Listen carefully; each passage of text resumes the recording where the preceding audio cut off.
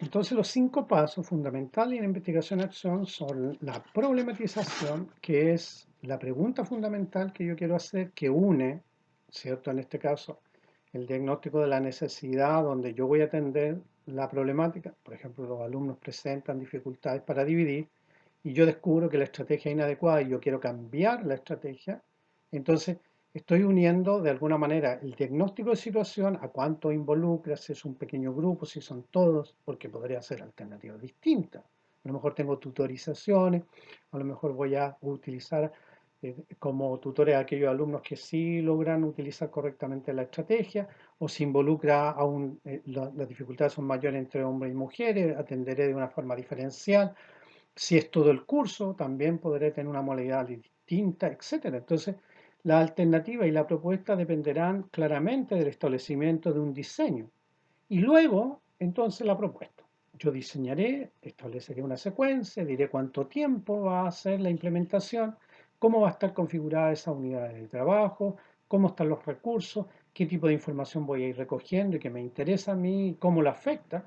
Por ejemplo, yo puedo no solo decir que la implementación de una nueva estrategia de aprendizaje para el desarrollo de los temas de errores que se presentan al dividir, podrían fortalecer elementos como la autoestima del alumno, como la capacidad para resolver un tipo de problema, la flexibilidad que ellos podrían presentar a la hora de operar conceptos matemáticos. Y esos son elementos emergentes que podrían verdaderamente interesarme a mí. Y para eso tendría que tener mecanismos de registro. Entonces, cuando yo realizo investigación-acción, no es solo un dato mensurable de cuánto aumentó en términos de calificación o qué porcentaje de error disminuyó, sino que también yo podría tener otros elementos. Por ejemplo, los registros de los profesores que forman parte de la comunidad educativa de otras asignaturas que visualizan que el alumno ha fortalecido sus habilidades comunicativas, si es que eso en particular es un indicador de la propuesta de cambio que tiene ciertas características que no solo potencian el desarrollo y aprendizaje específico de la división, sino que también el fortalecimiento de otras áreas. Y eso lo tengo que definir con toda claridad porque lo tengo que medir al inicio.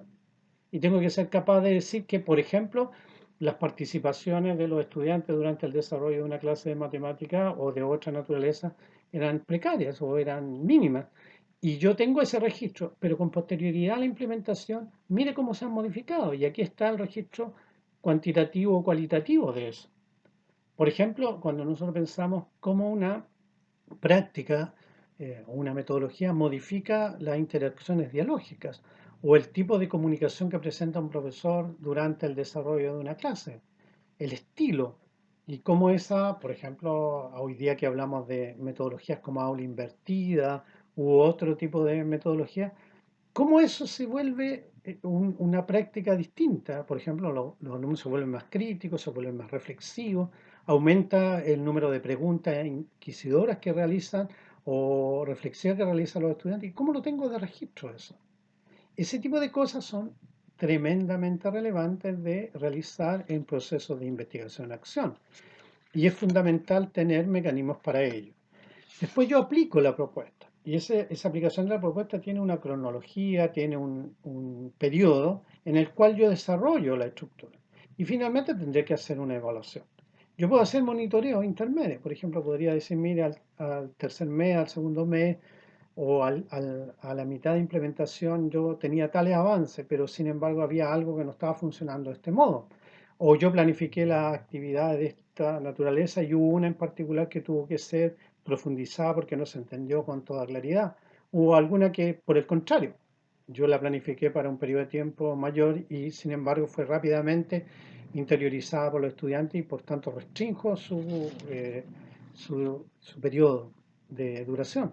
Ese tipo de cosas son las que yo tengo que definir con antelación y las tendré que visualizar porque la propuesta que yo voy a definir tiene esas características y esas condiciones.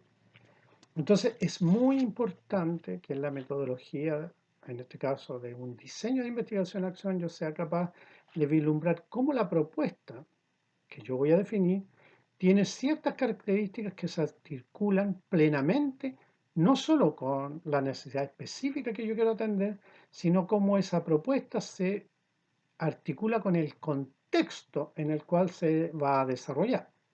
¿Por qué? Porque una propuesta puede ser muy distinto en un colegio rural, en un colegio de enseñanza media, en educación superior, en un contexto de, por ejemplo, de dependencia administrativa distinta. Ese tipo de cosas son importantes a la hora de definir una propuesta.